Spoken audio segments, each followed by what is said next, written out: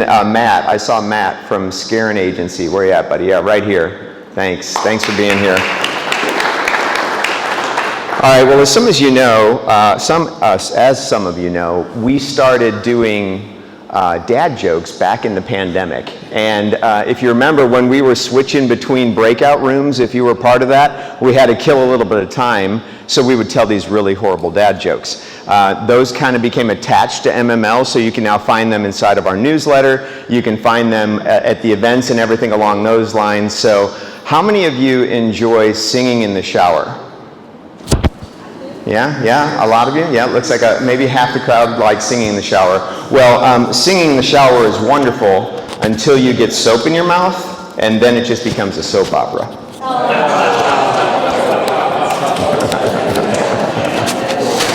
Yeah, and it doesn't get any better than that, so. All right, Jace, how we doing, bud? You ready to go? All right, good deal. All right, I would like to introduce a good friend of mine and a colleague, Mitch Millstein. He's a PhD. He's an entrepreneur, lean and supply chain consultant, and academic researcher. For over 24 years, he has been helping companies around the world implement lean and supply chain management and profitably grow sales. He's helped over 140 clients implement more than 600 supply chain improvement projects. He earned his PhD in logistics and supply chain management at the University of Missouri St. Louis. He has an MBA from Washington University and an engineering degree from Rutgers University. Dr. Millstein is president of Supply Velocity, co-founder of Optimal Velocity, and a professor of supply chain and analytics at UMSL. If you could please help me welcome Mitch. Thank you. I am so honored to be here with you, and I so appreciate, I so appreciate you taking time to be here. The advancement clicker right here. You got it, bud. Oh, Jace, can we swap that over? Give us 2 seconds here, Mitch. Oh, we got to swap presentation, but that's okay. I'm going to talk about lean for everyone. So today's presentation is lean for everyone, and I lean for everyone. So I happen to be really lucky. I have client number 1. The first company that ever took a chance 24 and a half years ago this year. That's thanks, Scott. And there, so the reason I'm here Feedback ringing, yeah. Because if he didn't actually take a chance, then I would have just gone back to work and stopped this whole consulting entrepreneur. He took a chance. And I've got another great client, Brad Dunn from CK Supply, is also here in front, and we work with them. Actually, so here's the story quickly, is during the depths of the global financial crisis, when nobody was hiring consultants, CK is like, well, I want to get better, so why not just do it now? And,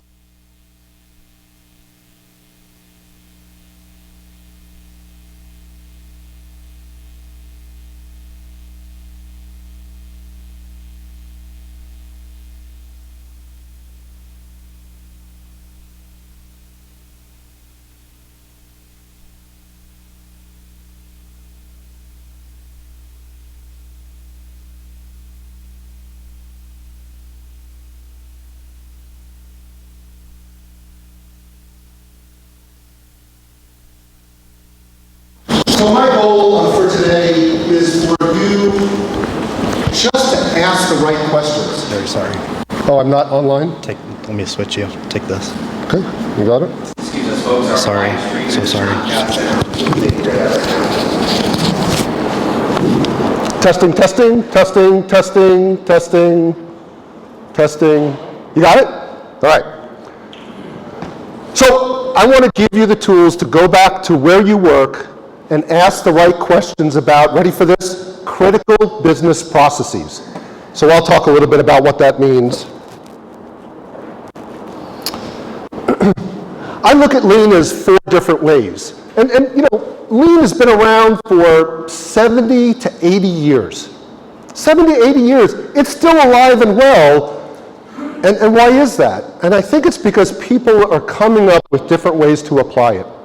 So I'll actually focus on the bottom of the slide and talk a little bit about 10 years ago, somebody came up with this concept called 2-second lean, which is really about employee engagement.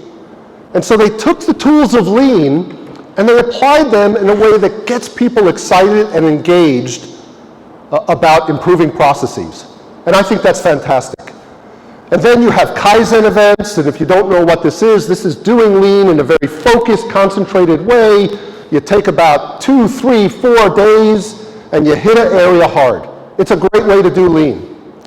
At my firm, we tend to mostly do what I call Lean Six Sigma projects. These take between 1 month and 3 months, and we take on a big scope and kind of make massive improvements. But you know what? We never get invited to the strategy party. Right? Lean people, we don't get invited to the strategy party. So lean is a tactical and operational tool, and everybody, I'm a lean evangelist. I've been doing this a long time, and I still see the value, and I've been thinking lately in my evangelical work of helping companies apply lean, is we need to think about it strategically. And so that's really where I'm going with this, is the strategic application of lean. But before we get started, I had something I like to do, because when you think strategy, you got to think big. So I actually would like you to do this. This is going to be the audience interaction part of our presentation. You ready? What if your company was written up in the Wall Street Journal? For great processes, lean processes, the best processes, serving customers quickly, error-free, everything was great. What would it look like? What would that headline say if you were written up in the Wall Street Journal? It could happen. I'm actually going to give you a couple of minutes just to think about this. Well, you know what? I'll tell you what. Let me show you two, and then maybe I'll ask you to do it. You ready? You ready, everyone? Well, thank you. Thank you so much. You know what? Mitch Millstein, Supply Velocity, brought lean to everyone. Companies thrive, economy grows, employees aligned. Please stop. No, that's okay. I'll take applause for that. Little applause. Nobody's going for the applause. Oh, well. So that's one. This is our headline. This is where we want to go strategically at Supply Velocity. I'm going to give you one more. I do this presentation also as a Vistage workshop. Vistage is a CEO networking group. And I do it, and I did one recently, and this good-looking gentleman, Dean, he wrote this down in the workshop. And I just thought, how amazing is that? Could you get behind that? Can you get behind that statement? That is a headline that you could get behind. So to me, that's thinking about business process in a strategic way. So now I'll just halt for a minute, and maybe some of you could write down, what does your headline look like? I would love to know.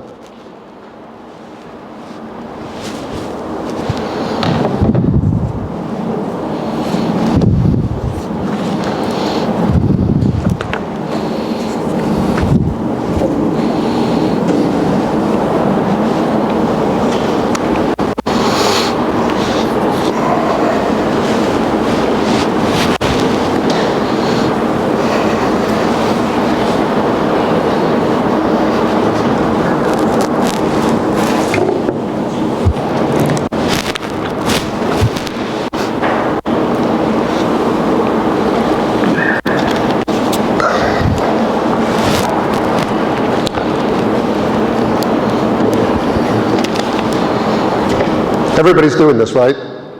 Come on, everybody wants to be in the Wall Street Journal. Well, at least the good side of the Wall Street Journal.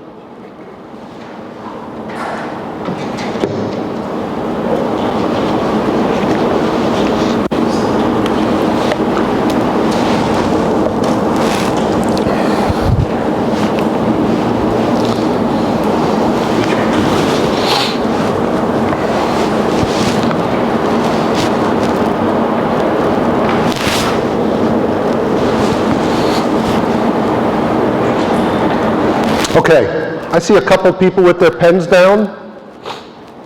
I will come into the audience just for this one and give the microphone to you so you could share it. Anybody like to share? I shared mine. Anybody would like to share what they wrote up? Yeah, all right, fantastic. Here you go. Inspire to help small to medium-sized businesses succeed so communities prosper. Fantastic. I like it. I want communities to prosper. I can get behind it. Anybody else have a good headline for us? The woman who took the picture? I did jazz hands for you. Yeah, I think I could, sure. Yeah? All right.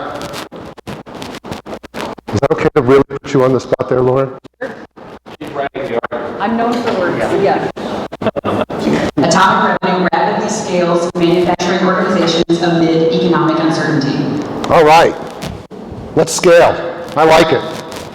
That is a great comment. So that's where we start. What's aspirational? Where do you want to go? All right, so if you're going to write the headline, sorry everybody, you got to write the obituary. So, you know what? There's only a few ways to succeed, but there's probably lots of ways to die, isn't there? So what happens when they write you up because they close the doors? Close the doors because of bad processes. And again, this presentation is about lean applied to critical business process. So what happens when your critical business process failed and you get written up in the bad side of the Wall Street Journal? What does that look like? You want to know what it looks like for me? Anybody want to? Somebody's got to say yes to this. Sure. Well, you know what? He's an abject failure, isn't he? Can't do what he says, talks the talk, but doesn't walk the walk. Nobody wants him. That is my ultimate concern. Nobody wants me because I'm a hypocrite. My processes failed. I had a bad I provided bad service because of bad processes. That's what I am most concerned about. Now, I'll save you on writing this one, but it is a great thing to do to sit down with your team and think about critical business process. And all you lean people, this is how, and you operational people, this is how we get invited to the strategy party, to think about critical business processes strategically. Okay, so that's a little takeaway for you. All right, so let's talk about lean. I got 3 definitions for you. This is the one that I've lived with for a long time. Identify and eliminate non-value-added steps. Okay? That's the one that I've been preaching for at least 20 years. Again, been doing this for 24 and a half. I've been in lean for 30. And this is the one that I've been using. But I learned, this is the only one I used. This is the one I told Hank, and I told Brad, and I told all my clients. But you know what I'm saying now? I'm saying you need swift and even flow. So this is a new definition. This is really what we want to get. Think about this for any company. I don't care if you're an insurance company, a consulting company, a law firm, a retailer. What do we want to do? We want to swiftly and evenly serve our customers. So swift and even flow is my new definition for lean, and it's the one we're going to talk about today in today's presentation. There is one more that I've been getting on board with more and more, and again, I continue to learn, and I love learning. And this one I saw in a presentation just like this, and by the way, it was related to 2-second lean. For those of you that know this, that know what I'm talking about, which this is sort of micro application of lean that gets people involved, is deep and profound respect for the people that do the work. I know it says that, and I know I'm just reading, but I love saying those words. And I'm going to go off script here for just a second, because I'm doing a project now where the owners, I'm going to leave it very vague, the owners do not have deep and profound respect for the people that do the work. They asked me to go in and get some things done, and by the way, I think I was talking to the ownership, we'll leave it vague, about some of the very good people I was working with. And they're like, Mitch, I know that you like to be liked and look in the positive side of things. And I was like, wait. No one's ever said that to me in my entire life. I am not the guy that looks on the positive side of things. I am a glass half empty kind of person. That's just the way that I was built. But when you're in a lean mindset, you're working with people and believe this. So anyway, this is an important takeaway. It's not part of my presentation directly. My presentation is about swift and even flow, but I think it's really important as lean practitioners that we think this way. This is how things get done in a sustainable way, because we have that. All right, now this is the one that I think, if you like taking pictures of presentations, by the way, I apologize, I cannot give these slides out, but if you like to pass along one, this is the one that everybody likes to take the picture of, which is, which one is you? Which is your least favorite or reality? What's happening to you in your company? Anybody have one there that speaks to them on what's going wrong with their processes?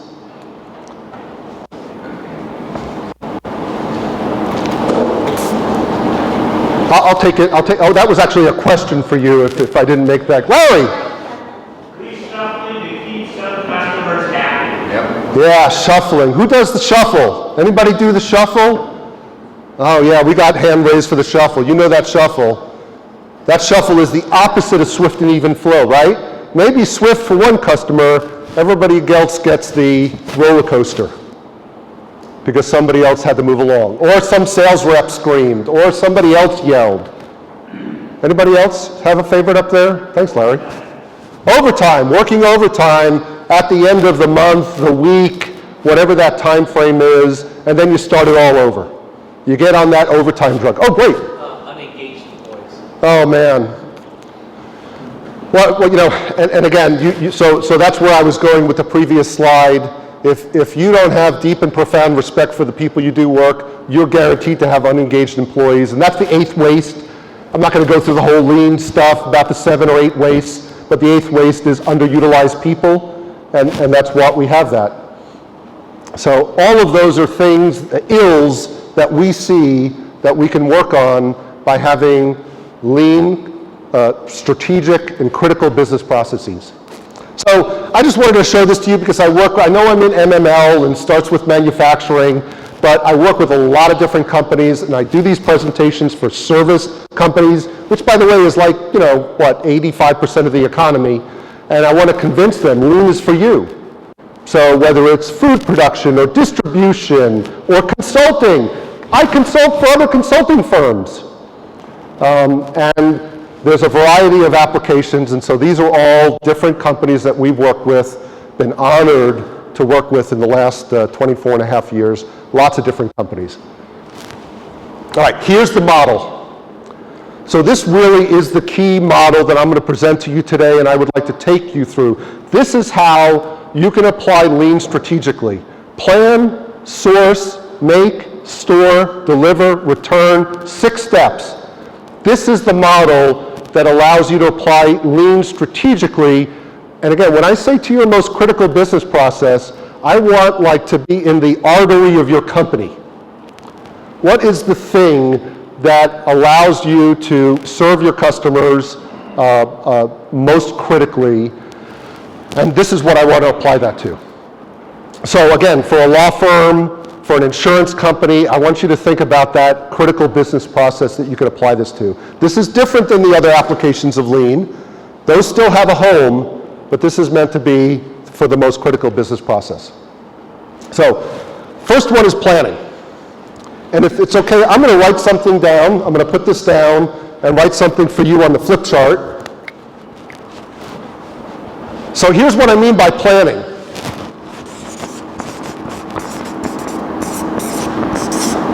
That word says balance, by the way. That may be hard to read with my handwriting, but it says balance.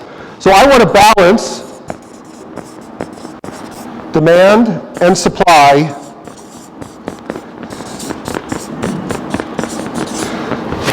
for action, to do something. I want to balance demand and supply so that I can do something to meet customer requirements. That's planning.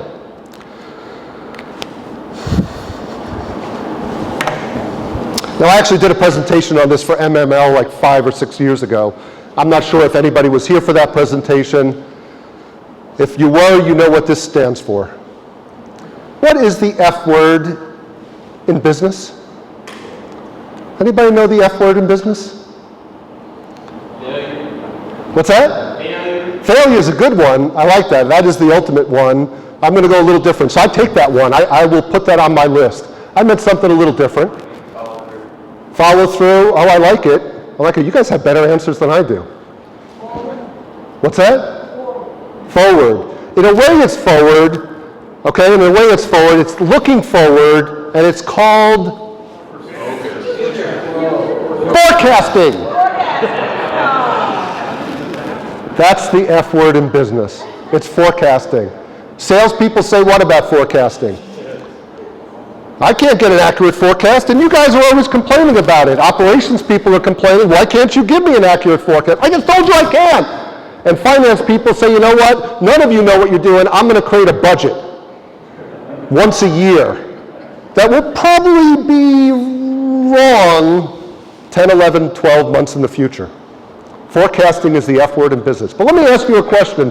Oh, by the way, quick aside story.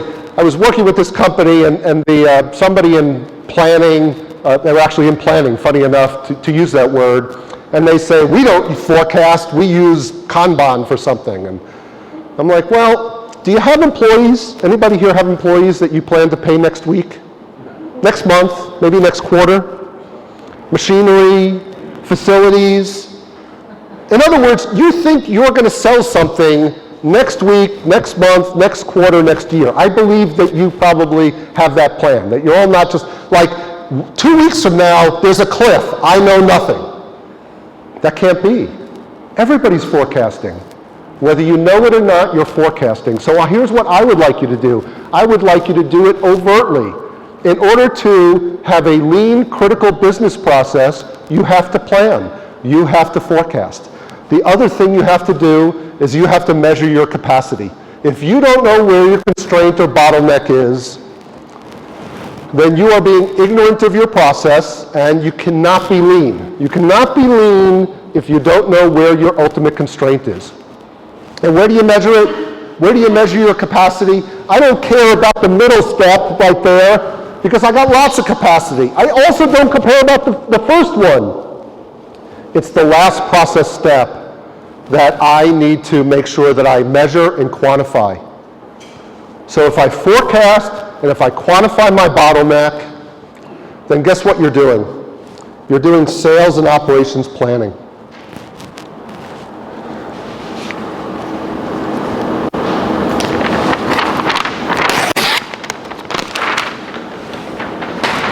I don't know how many people do this or use it. I'm not going to be one of those show of hands type presenters, but some of you probably do this or think about it.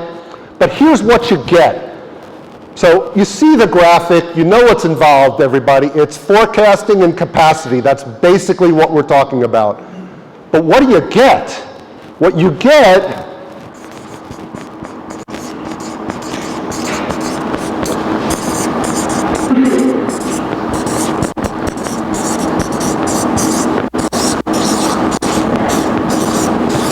you get alignment. That's the deliverable. You get alignment, you get fulfillment, you increase your fill rate, you serve customers faster and more evenly by aligning sales, finance, and operations. And that's the deliverable from S&OP.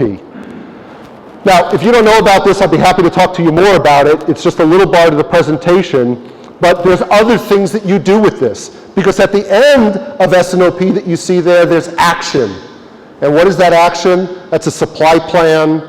It's an operations plan. In other words, I know my labor, I know my equipment, I know how I'm allocating things. You might have an inventory plan. In other words, you're acting. You have a sales plan.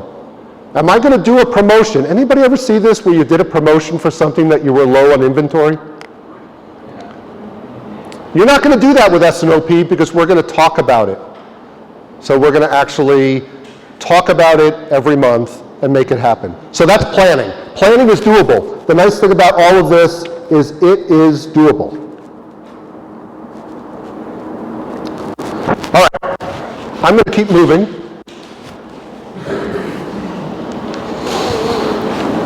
Oh, this is just a question for you. and again, I don't want to go through these questions, but if you kind of ask yourself, am I doing planning, you can go through these questions and answer whether you're doing it. So are you doing forecasting? How are you doing it? There's different ways to do it. What are your critical resources, which actually I'm going to talk about next. So sourcing.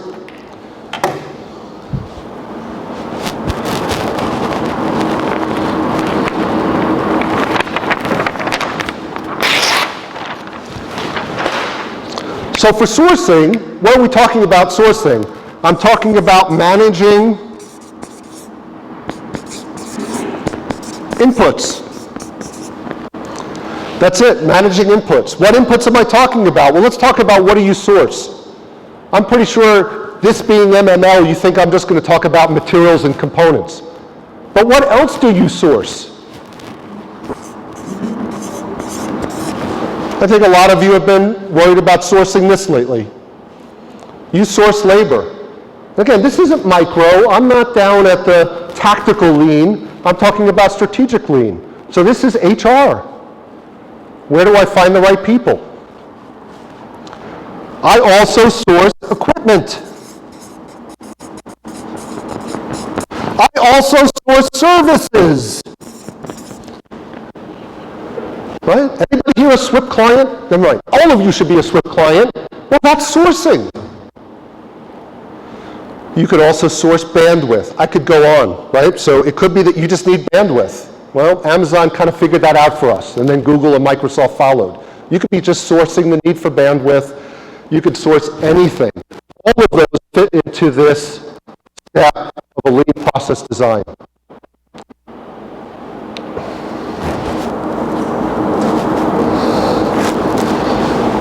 I'm going to find somebody that's going to take this. Anybody want to do the trust fall with me? I'm willing to do the trust fall. Oh, come on, Brad.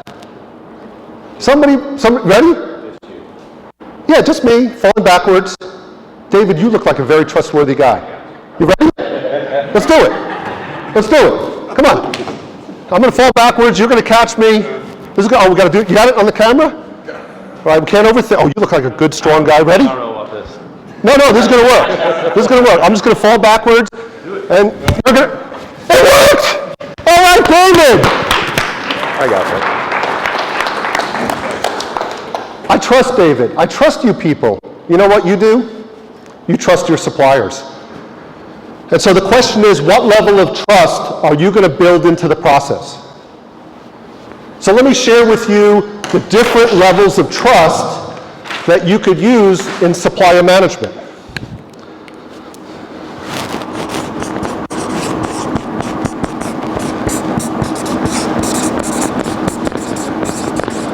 By the way, my heart is totally racing now. I have to tell you, I look like really calm there. Woo! Thank you, David, for catching me. I really didn't know. By the way, did I really fall? I mean, I let go there. There was no, yeah, he caught me. He really did it. So let's talk about different levels of trust that you have to build into your sourcing or your supplier management. One is equity investment. They could be so important to you that you want to build a financial link between you and the company. So this is a sourcing strategy. The other, I'm going to call this business process outsourcing.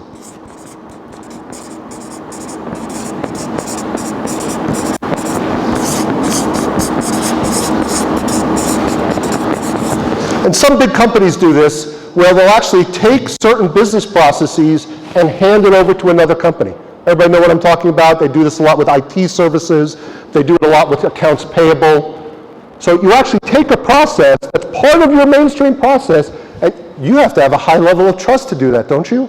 Imagine the level of trust to take your cash flow and put it in another company's hands. That would be a high level of trust. This is the next highest level. For this, you'd probably have a service level agreement of what you expect, some clear contractual requirements.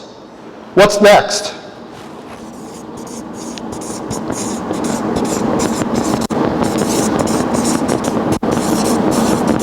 A preferred provider. I think this is what most people think about when they think about supply chain management and sourcing. I think about this, and this is important. There are ones above it. So this is, if I'm going to buy I'm going to buy from you. You are my preferred provider. And then at the bottom, and this is not meant to be bad,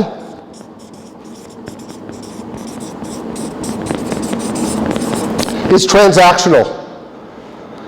If you can save me from writing it, since my handwriting, and it's a little hard to get that handwriting well down low, this is the 20-80. We talk about the 80-20. The 80-20 are up here. This is the 20% of your source that represents 80% of your spend, or criticality, or any other metric. This right here is the 20-80. It's the 80% of your suppliers that represent only 20% of your spend, importance, whatever you want to call it. So this is sourcing. So if you have a lean process design, you need to think about my supplier management strategy. And again, back to the strategy words. Without this, again, you can't truly be lean. You can have some lean processes, but you can't truly be lean. So, questions for you that you can ask yourselves. What level do you choose? Where are you circling that you want to operate with your different suppliers? Is there somebody that should be business process outsourcing? Is there somebody I want to make an equity investment in? Do I have preferred suppliers, and do I measure them? So questions for you to use. I'm going to move on to make. So for make, I'm talking about, here's where I'm talking about the value-added part of your process.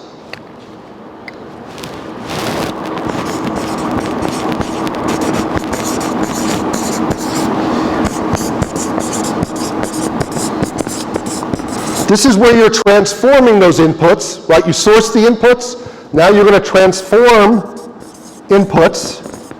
And of course, this is lean for everyone, right? So what does inputs mean to me? Inputs is information and materials and labor. All of those are inputs to your critical business process. So if it's okay, I won't write that down, but that's what I mean. I'm not talking about raw materials. I know this is MML, but this presentation is lean for everyone. So you're going to take inputs and transform them into a service or a product. Now this is where lean typically gets most focus. And I'm going to take lean here, and I'm going to just give you 3 words. So when I think lean, I think 3 things.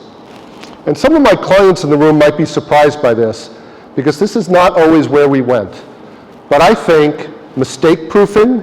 I can write this down if you want. Anybody want me to write it down? Or I can just say it.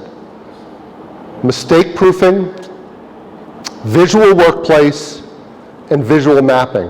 When I really think about what I've been doing the last 24 and a half years, it's really those 3 things. And the great thing about it is they're totally doable. Mistake proofing, visual workplace, and visual mapping. So I don't know if you could read that sign. Can you read what, probably is hard in the back. Jeff, can you read that, what it says at the top of that slide? Okay, yes? I'm sorry, can you go back to visual workplace? I'm not understanding that. I'll show you. Okay. If it's okay, I'll show you what I mean there. That's great. Thank you so much for asking that and keeping me focused. So that sign says, I don't know if you can notice the overpass. I'm going to go over here. So that up there is an overpass, and that's a side street, and that cloth sign, it's just a cloth sign, it's being held by a rope on top, and it says, if you hit this sign, you will hit that bridge. How's that for mistake proof? Low tech, right? Low tech. Mistake proofing loves low tech, but you know what? We've got a lot of technology available to us, and so now we have this in our cars. By the way, not my car, because I drive a 12-year-old convertible that has no technology in it, but I do want the technology, and I want the little, so as you approach the car, if you have a new car, unlike mine, what does your car do as you're approaching another car in front of you? Yeah, or it rumbles a little bit, maybe the steering wheel shakes a little bit, it kind of tells you, hey, something's approaching, FYI. Okay, what happens when you get really close? It stops. That's mistake proofing with technology. So we see mistake proofing with no technology, The neighbors put a sign across the street and we see it with technology. So mistake proofing is a really important part of Lean. I love this little tool. I call it visual standards or expected and unacceptable. But I would call this, so this is visual workplace. I call this make it easy for, sorry, gotta get back in frame. Online folks, sorry. This is called make it easy to do the right thing. So how do you make it easy to do the right thing? You make it visually obvious how to do that right thing, and you have a expected and an unacceptable. Now, by the way, I don't actually love this poster, and I won't ask you why I don't love this poster, but I'll just tell you, it's because it has too many words, but we couldn't get away with it. I'd prefer to have no words on this, but we had some words and it worked. So if you work at Crescent Parts and you're in the warehouse, you know the right way to do things. If you're a visitor, you could check and see whether it looks like this. Now, it's a little hard to see this, but that box that I have there is, so if you look in the back, I've got that blown up, and it says aisle 10E. Now, this is an industrial warehouse. It's not open to the public, but if I had my first day working there, and somebody told me that this part is in 10E, so go to aisle 10, could I find it? Really easily, right? I could see the aisles, I could see the bay numbers. That's a visual workplace, to answer your question. I'm making it easy for people to do their work.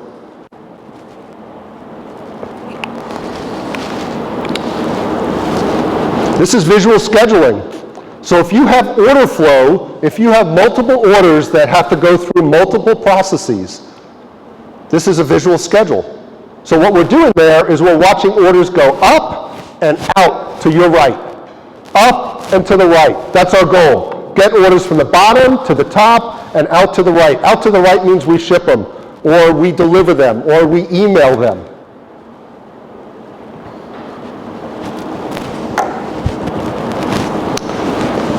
And if you think that this is just manufacturing, which the previous slide was, this is for an accounting firm. I think we have an accounting firm here.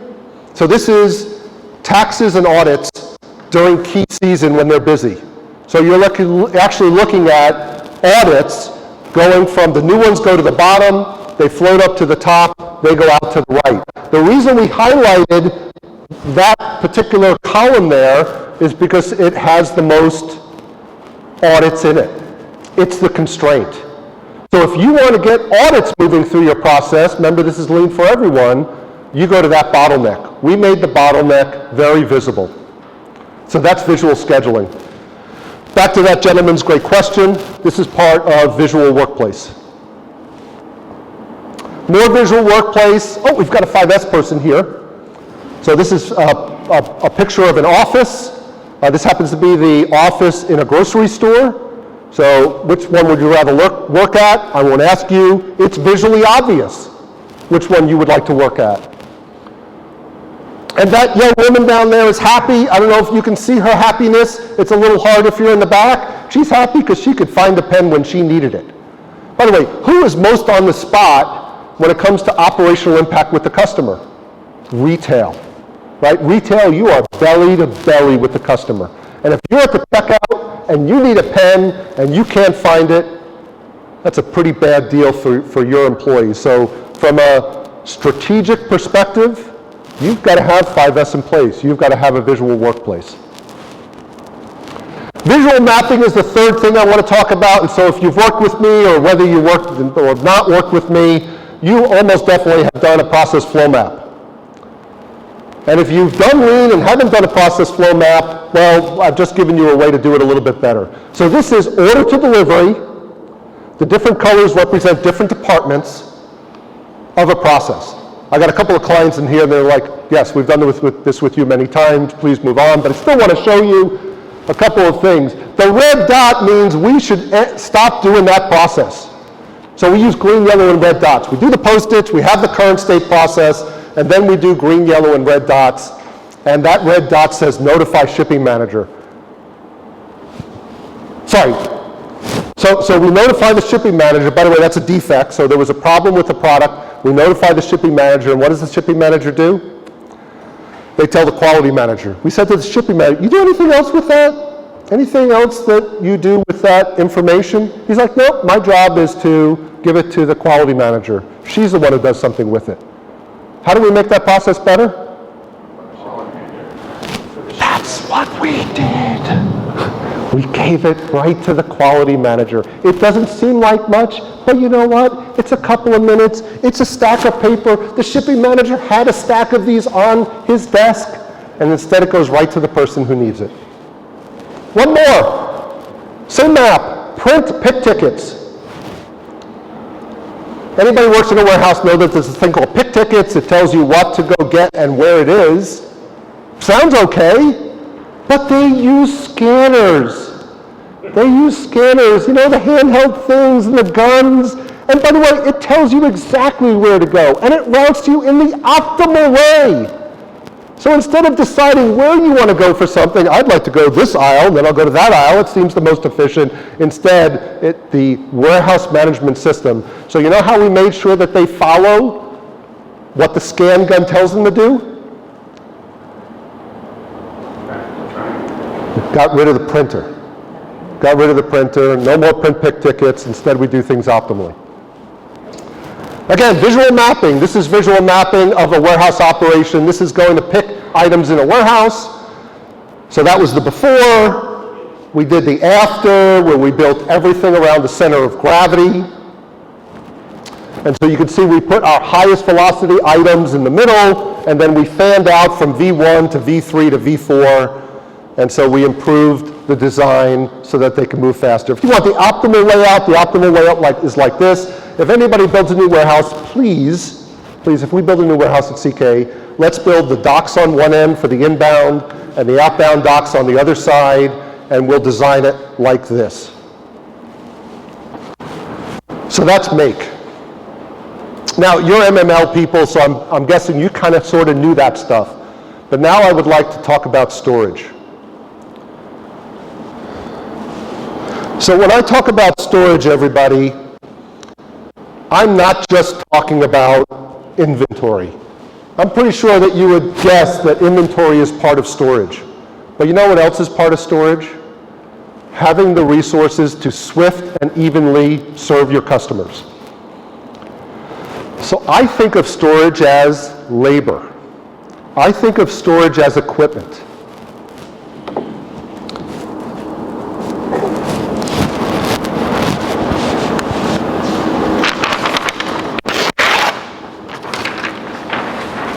How do you store labor? Oh, by the way, again, anybody actually have demand that comes in like this? You know, just maybe the slightest of variation. Anybody got that? I'm gonna find that business where it just goes, instead, the orders come in like this, but you have people that work there. How do you do storage of labor? Anybody got one for me? How do you store up labor so that it's there when you need it on the peak of the demand curve? So we're at like a service industry, we go fix air compressors, so we schedule it out, break takes time to come in. So we plan it out so that we know that call is going to come, when before we used to fill it up, do all the PM work, and then push all that other stuff out again, and then have to go over. Instead of put plan in the day before that stuff happened, we kind of level it out. Exactly.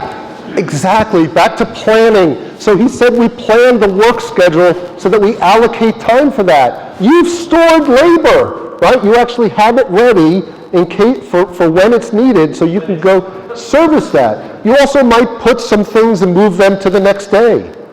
So you might reschedule or shift work. Everybody here stores labor. Everybody does.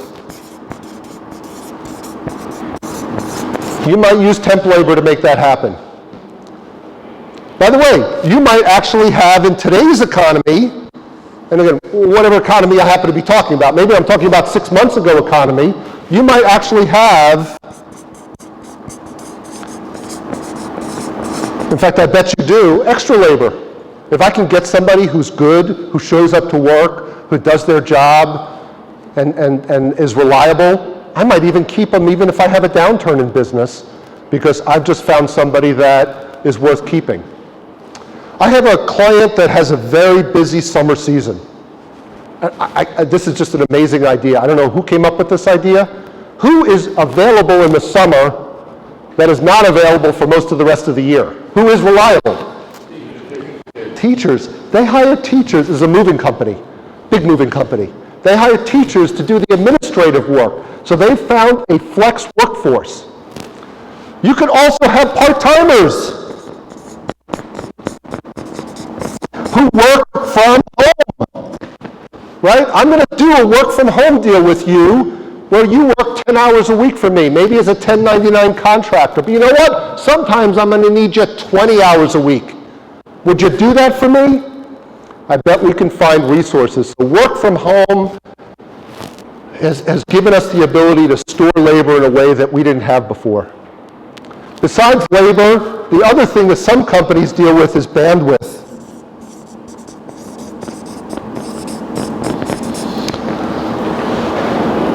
How do you store bandwidth? Sounds kind of tough. You plan down that. Yeah, you plan, but there's another way. There's another way. You could do it through planning. How can you store bandwidth? So Amazon Web Service, Google Cloud, Microsoft Azure, they've actually answered for this. So technology companies that, oh, yes, you had to. You kind of give incentive to purchase or make a decision at earlier times. Oh yeah, you can actually do it through, by the way, that's straight up sales and operations planning, Byron, that you just mentioned. So for sure, you can actually move things around here. My particular one that I was talking about in this case is just using the tools that are available, which is Amazon Web Service. So you have a significant technology bandwidth issue. You might have your own cloud, your own servers. You can plug into them and get extra when needed. We take advantage of that at Optimal Velocity, my little software company. Okay. Now, labor is an interesting thing because there's a curve. You need to know about this curve. There's called optimal labor.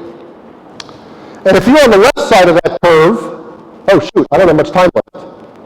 I've really been rambling here. How come somebody hasn't stopped me? I'll zip through the end. So, if you're on the left side of the curve, you don't have enough people. And what happens to your customers? They have to wait. If you're on the other side of the curve, the right side, that's too many people. Your gross profit goes down. This is a theoretical graph, I admit it. But it is something to think about. Where do you want to be? Do you want to be optimal? Are you on the left side and can't get enough qualified resources? Do you want to have a little storage? I mean, is that part of your strategy? Plan, source, make, store, deliver, return. Maybe you should actually be a little further to the right and be suboptimal because of anticipated growth. It's the same thing with inventory. Same graph, different name. This one's not theoretical. This one actually we could calculate. But there is an optimal inventory level. If you have more inventory, then the cost of carrying it, obsolescence, etc., is going to absorb the profit from filling that extra order. This, if you want to write this down, is a great business term. You're going to sound really smart if you talk about it. It's called diminishing returns. Because I can only sell so much. If you look at the blue line up there, I can only sell so much more. It doesn't matter if I double my workforce, I'm not going to double my sales. So where diminishing returns happens, that's where you have to cut off your staffing and your inventory, those optimal points. All right, I'll skip through this. This is my fun little inventory optimization reel. You know, hey, why are you missing? Why are you out of this popular item? And he's like, yo, lady, stop bothering me. I know that's not what it says, but that's actually what he's thinking. And she's like, well, you should have more.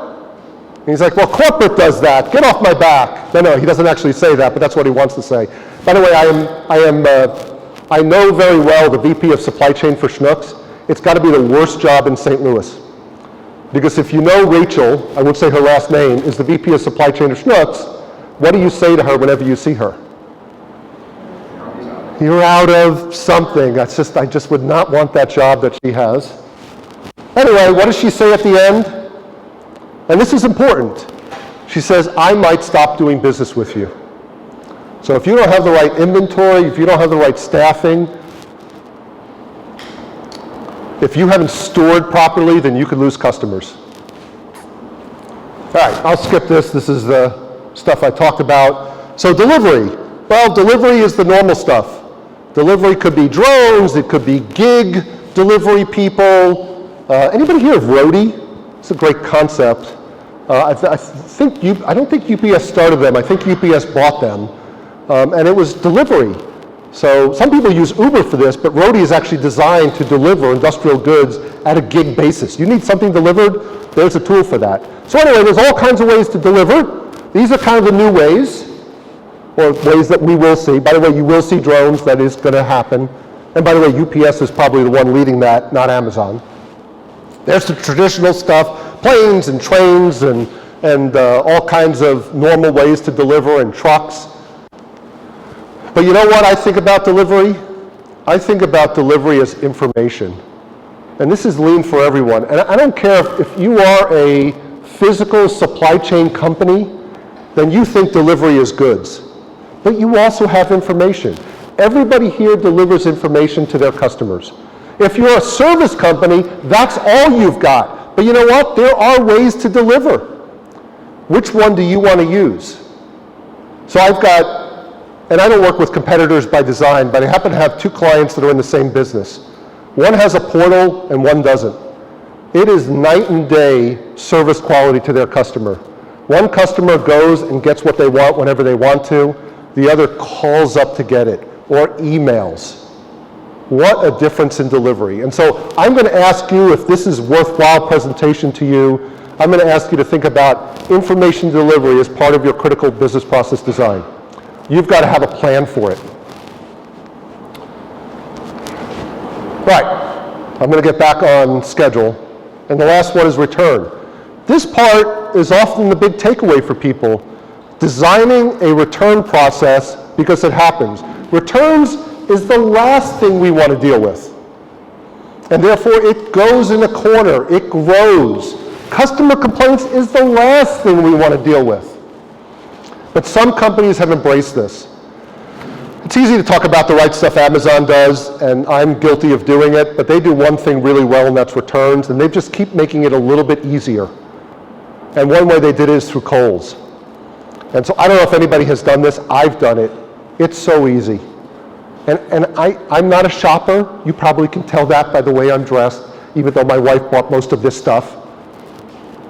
I do buy things from Kohl's when I go in to drop something off. It might be a belt. It might be socks. So it works for Kohl's. It obviously, Amazon's thinking about this stuff. CarMax. You guys know about this? 30-day guarantee? You can really, really do this. You can buy a car, and on day 29, take it back, get the money back, give them the keys. As long as you haven't damaged it, we're good. Well, what does CarMax had to do? They had to design in this case, return supply chain to deal with that, whereas before they didn't. It was a hassle. It was a haggle. It got pushed off to the side of the lot. Now it's part of their business process design. So if you have returns, if you have customer complaints, I would urge you to think about it in your critical business process design and have a plan for it.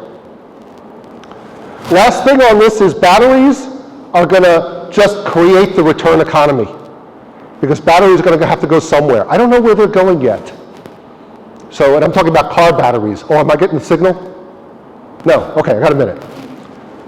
So I don't know if those batteries are getting buried somewhere. I don't think they are. I hope not. But they're going to have to get recycled.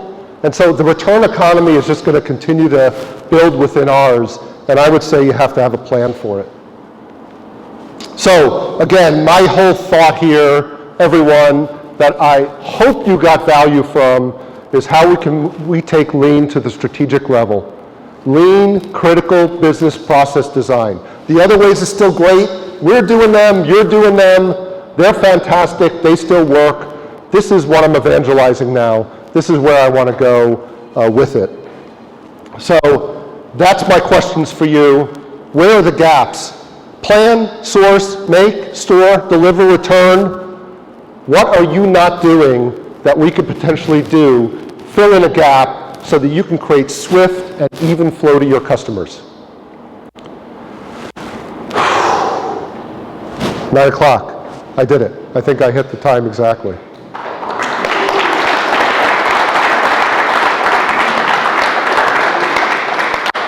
it has been my privilege to be here with you and to share this. Thank you very much. Tom, I'll give this back to you. Oh, here, I'm full, handful. All right, what did you guys think?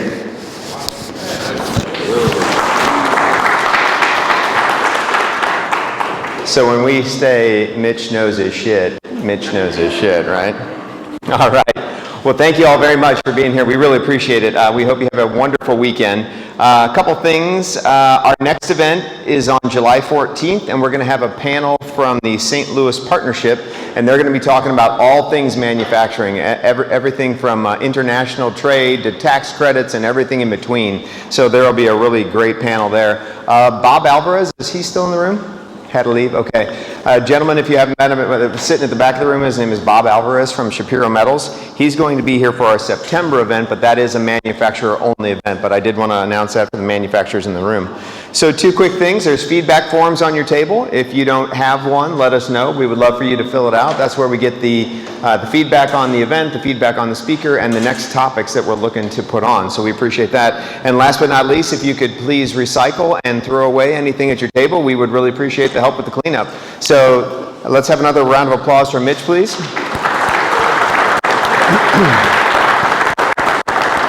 And I hope you all have a wonderful weekend. Thanks for being here.